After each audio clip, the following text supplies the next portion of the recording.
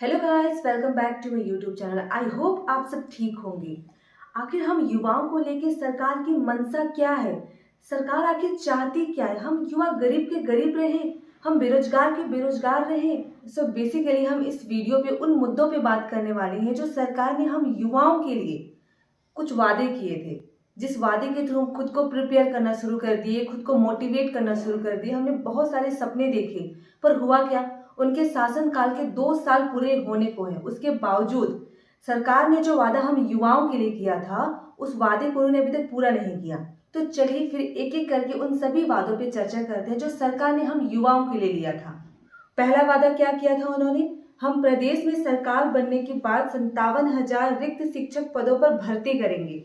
माननीय प्रधानमंत्री जी, आपकी सरकार बने लगभग 2 साल पूरे होने को है, तो क्या आपकी सरकार चले जाने के बाद अब 57,000 शिक्षक भर्ती करेंगे?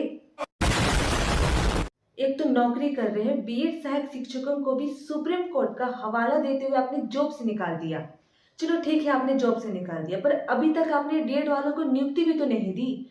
अगर आपको डीएड वालों को नियुक्ति नहीं देना था तो बीएड वालों को जॉब से निकालने की क्या जरूरत थी? वो भी तो महीने और काम कर लेते, कम से कम उन बच्चों का भला हो जाता जिन्हें हम पढ़ा रहे थे। आखिर आपने डीएड वालों को नियुक्ति दी नहीं अभी तक, तो हमें जॉब से निकालने की जरूरत भी नहीं थी। हम युवाओं के भविष्य के साथ आप खिलवाड़ तो कर ही रहे हैं, तो कम से कम उन बच्चों के भविष्य के साथ तो खिलवाड़ नहीं करिए। अगला वादा जो आपने किया है, हम वर्तमान सरकार द्वारा गलत तरीके से बंद किए गए सभी स्कूलों को फिर से खोलेंगे। एक तरफ आप बंद स्कूलों को खोलने की बात करते हैं और दूसरी तरफ युक्तियुक्तिकरण प्रक्रिया करके उन्हीं स्कूलों को बंद करने की योजना बना रहे हैं। ये कैसा वादा है? अगर आप नौकरी देने की हिम्मत नहीं रखते हैं तो आप ये बोलते ही क्यों है कि ये भर्ती करेंगे, वो भर्ती करेंगे, ये करेंगे, वो करेंगे? बोलना ही नहीं चाहिए। चुनाव से पहले आप हम युवाओं को लेकर कितने सारे वादे करते कि आपके लिए ये कर देंगे, आपके लिए भर्ती निकालेंगे, पर चुनाव जीत जाने के बाद हमारे पास पैसा नहीं है, हमारे पास फंड नहीं है, हमारे पास बजट नहीं है, ये नहीं है, वो नहीं है। चुनाव के वक्त आपने अपने वादे में लिखा था कि पूरे 57,000 शिक्षक पद रिक्त है, पर क्या चुनाव के बाद वो सारे पद अपने आप भर गए कि अभी आपके पास 33,000 शिक्षक पद रिक्त नहीं है? प्रदेश के सभी युवा ये जानना चाहते हैं कि जो भी रिक्त पद आपने अपने वादे पे लिखा है, उन वादों के मुताबिक आप उन सारे पदों को कैसे भरेंगे और किस तरीके से भरेंगे और कब भरेंगे।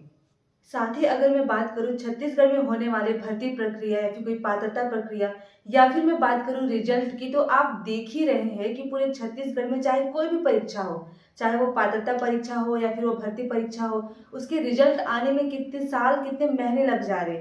आप देख ही सकते हैं कि स्थायी परीक्षा जो कि 6 साल पहले कराया गया था, उसके रिजल्ट आने में लगभग 6 साल लग गए। वही सेम कंडीशन अभी छत्तीसगढ़ में सीजी सेट का परीक्षा लिया गया है।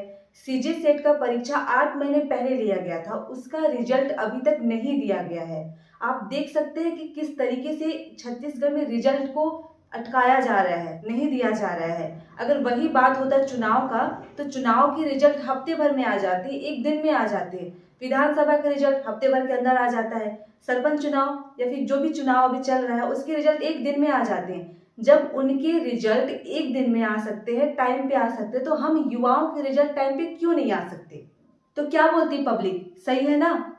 आज युवाओं में रोजगार को लेकर, अपनी जीविका को लेकर दिन ब दिन उनमें चिंता, तनाव, डिप्रेशन बढ़ता ही जा रहा है।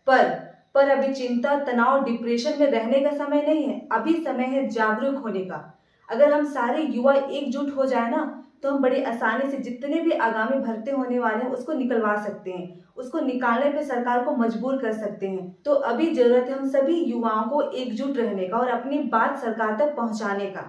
अगर आप मेरी बातों से सहमत हैं तो कमेंट में यस जरूर लिखें। Thank you for watching.